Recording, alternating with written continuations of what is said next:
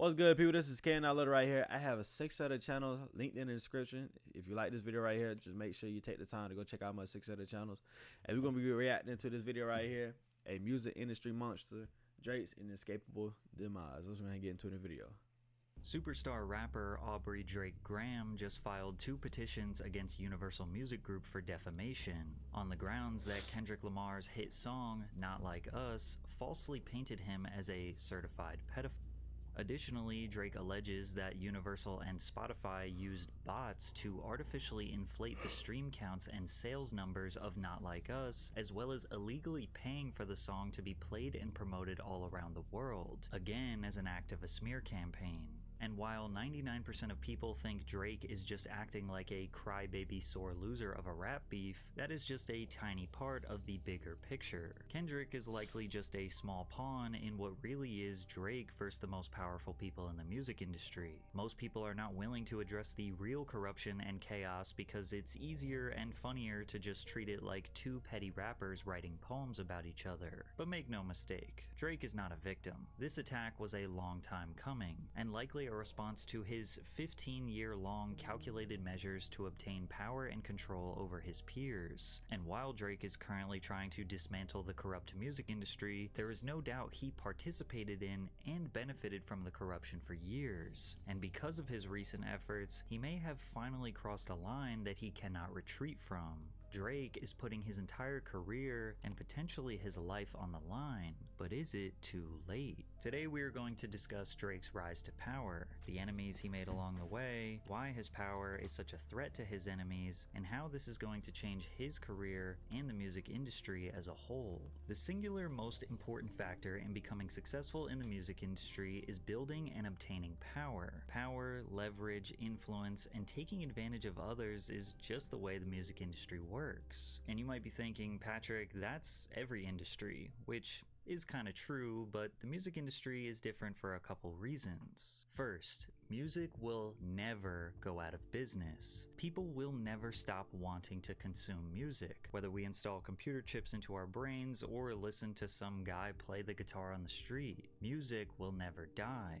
Therefore, artists will never stop pursuing that dream. No matter how bad it gets, no matter how ugly, dirty, grimy, risky, and corrupt the music industry is, there will still be countless artists trying to get a taste of that dream. There will always be demand, there will always be supply. With that being said, music is always changing rapidly. Music is so dynamic and subjective, and what people are going to like is almost impossible to predict. That's why it's so difficult to remain popular for long periods of time, because by the time you get enough skills and work enough magic to make the right record and the right sound at the right time, people's tastes just change and then they're on to the next sound. And secondly, it's nearly impossible to separate the product, which is the music, from the brand or the artist. You cannot sell a Drake song without Aubrey Graham. You can try to come up with clone artists, you can try to have them write music for other people, but ultimately you will never fully connect with fans or reach your maximum earning potential unless it is Aubrey Graham performing that Drake song. But that's only if he's alive, because the caveat to the music business is, if the artist is dead, their music actually becomes more valuable. Drake did not start his music career in an attempt to obtain power. He was a theater kid, raised by his Jewish mother while his father was in Memphis, Tennessee, incarcerated due to... You know what I think is crazy too? I think it is crazy that a lot of people on social media, they don't read and they always react off of titles. Drake is not suing Kendrick Lamar. He's suing the record company, but a lot of people keep thinking that he's suing Kendrick Lamar, and it's just like, do y'all people just react off of titles? Do y'all people just not look at anything? But this is the internet for you, especially Twitter. Oh my gosh, Twitter is, I don't know, Twitter is just full of dumb people. Like, it's just, I sometimes I don't believe them people are real. Like, I really don't. drug-related charges. He saw decent success after securing the role as Jimmy on the hit Canadian teen drama show Degrassi, but he wanted to be a rapper. He was a fan of the culture and simply wanted to make his mark on it. Drake once famously rapped, "I'm a J Prince investment." That's because J Prince was a drug kingpin out of Houston, Texas in the 80s. In efforts to make his business more legitimate, he started a record label, signing iconic rap groups like the Ghetto Boys and UGK. J Prince's son, J Prince Jr., discovered Drake on MySpace. They took a risk on the light-skinned Canadian boy and introduced him to Lil Wayne and Birdman. With the cosign of the biggest rapper in the game, Wayne fans immediately took a liking to Drake. Within 3 years, he topped the charts via collaborations with Wayne, Kanye West, Jay-Z, and Eminem. Drake was the fastest rising young superstar in hip-hop, but in 2010, Drake realized his throne was vulnerable, and he made a crucial mistake that he would never make again. And I don't want you to make the mistake of buying tickets to the custom next week. How hot you are, this offer is only available for a limited time. In music, no matter how hot you are, there is always someone on the come up who is hungrier and has a fresher sound. And in 2010, that was The Weeknd. Drake and The Weeknd are from the same city, Toronto, Canada. In 2010, Drake caught a wind of The Weeknd's single, Wicked Games. He tweeted the song's lyrics and promoted it on his blog, where he posted the single and a download link. But this wasn't really a new practice for Drake. He was constantly using his platform to show love to new talent. He also showed love to a young A$AP Rocky. The only person that put on for me when I ain't have nobody was Drake. I'm talking about Drake was the first person to put on, like, before anybody. He didn't want to sign me. Yeah. He didn't want to, it was like, yo, that's raw talent, yo. Like, you gotta shine, yo. I'm gonna see to it.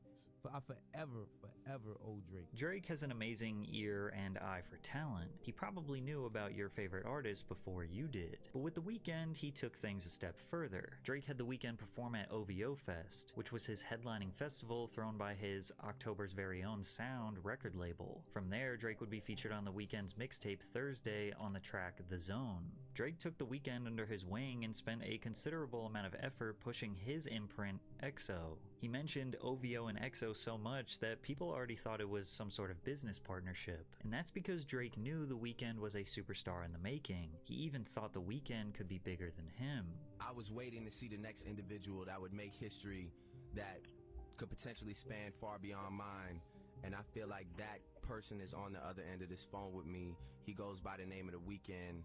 Please talk to your city, man, please. But Drake wasn't necessarily being altruistic and trying to just show the fans how great The Weeknd was. He also wanted Abel to help write songs for him on his upcoming album, Take Care. Take Care dropped in November of 2011 and sold 631,000 copies in the first week and is considered by many to be a classic album, perhaps Drake's best body of work. The Weeknd was featured on Crew Love, which is easily one of the highlights of the album, but Abel also received writing credits on Shot For Me, The Ride, Practice, and Cameras. The crazy part is The Weeknd was still independent at this point. Drake essentially made The Weeknd the most highly sought after artist in the game, and every record label was trying to sign him. But it's clear that Drake didn't really know if he was going to sign The Weeknd to OVO Sound or if maybe they would start some sort of joint venture. The team's coming together. We got 40 doing really well. We got new additions. We just sort of have this affiliation with The Weeknd. It's really great. He's on the album a bunch. It's safe to assume that since Drake helped him jumpstart his career, that The Weeknd would stay loyal to him. Drake stayed loyal to Lil Wayne and Birdman, so maybe he figured The Weeknd would do the same. But he didn't. The Weeknd signed with Republic Records in a joint venture with his own label EXO in 2012. And the day that the news broke, Drake tweeted, "You won't get away with just a thank you. You owe me a favor." Perhaps The Weeknd didn't like the feeling of giving up half of his material to boost the success of an already popular man. We know this based on his 2013 interview with Complex, where he said that his album, House of Balloons, had way more songs before he gave them to Drake. He described one night in the studio recording The Ride. "I had sung this melody. It wasn't a hook, just an unfinished lyric. And Drake liked it so much he was like, I need to have this, man. I know I've already taken Shot For Me and Crew Love and this and that, and me, I was hungry at that time. I was like, dude, take anything. At that point, I was like, hell yeah. By signing to Republic, The Weeknd chose himself over Drake, which is selfish, but in the music industry, you have to be selfish. Signing to Drake could have resulted in him always living in Drake's shadow, and even though Drake gave The Weeknd a massive platform, in exchange he got help writing an amazing album.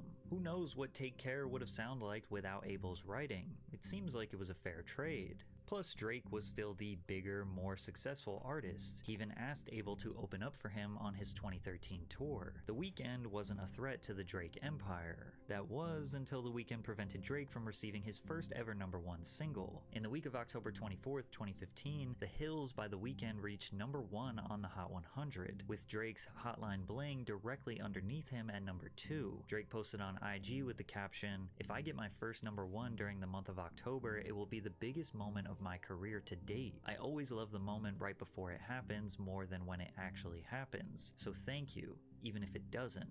Well, it didn't go #1. The Hills stayed there for 6 consecutive weeks. Drake realized right then and there he made a huge mistake. He essentially just gave all of the resources to another artist who could put him out of business. Ego aside, that's actually just a dumb business model. It's good for the art, it's good for the culture to uplift and help another artist, but it's bad for business if you do not have a contractual tie to them. And Drake made sure he would never make that mistake again. From now on, Drake would be extra careful of who he promotes to his fan base, unless they were signed to OVO Sound. That's one of the things why I'm like, me as an artist, I would never ever sign to another artist.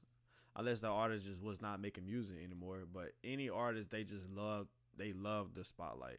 You hardly hear any other artist that signed to an artist that's just like, man, you know, this is the best decision I have ever made. You got Lil Yachty putting on his artists and stuff like that, you know. But, you know, look how that group is going out, you know what I'm saying? But it worked out. But at the same time, it's falling apart right now. So it just, everything works good, and then it eventually falls apart every single time. I don't know why, but it happens.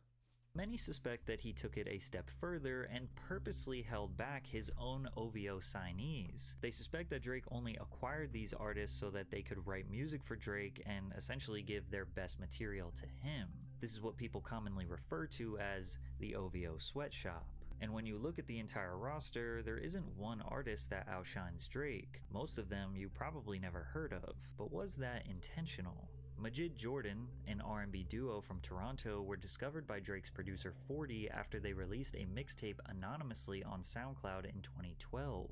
40 and Drake asked the duo to come write for Drake's upcoming album, Nothing Was the Same. In an interview with Hot 97, they describe what it was like working on a Drake record. They basically put us in a studio, and it was like a studio camp almost. There were tents in there, there were like people flying beats. in. Yeah, make beats, stay in the dungeon, don't leave. Like, you cannot leave. Literally tense. Yeah. Literally you can't tense. tell anyone you're working on this project. We met like so many people that we now work with and collaborate with. Yeah, it was just crazy. it Like was, there was actually tents. Yeah, like, there were tents in the tents. studio. People were camping. I Real slept in a the tent vocal in the booths, studio. Everything. Well, one night during these sessions, they recorded a demo for what is now Hold On We're Going Home, which was the most successful single on Drake's album. Majid not only produced the beat, but they wrote the lyrics and also performed on the bridge, and as a result, they were credited as collaborators on the record. However, their career started at its peak, and they have never replicated that level of success, well, at least for their personal brand. They continue to help write hits for Drake such as Feel No Ways and For Free, but nothing they ever released under their own brand came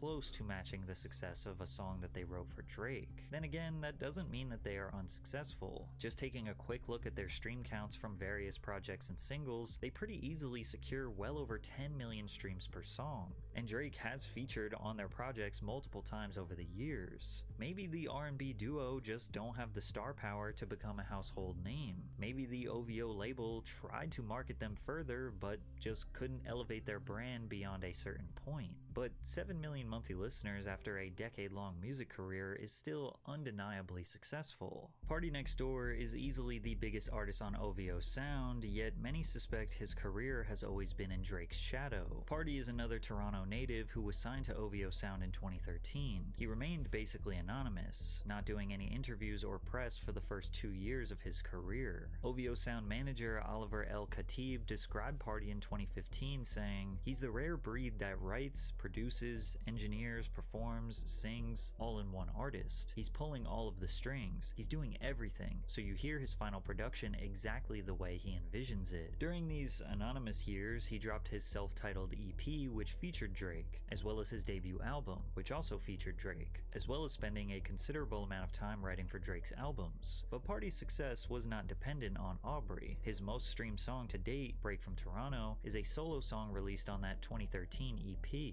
Party's music was strong enough to stand on its own. Additionally, Rihanna was the one who had the biggest hits with Party's writing. He wrote Wild Thoughts by Rihanna, When I'm with you, all I get is wild thoughts. Sex with Me by Rihanna, and Work by Rihanna.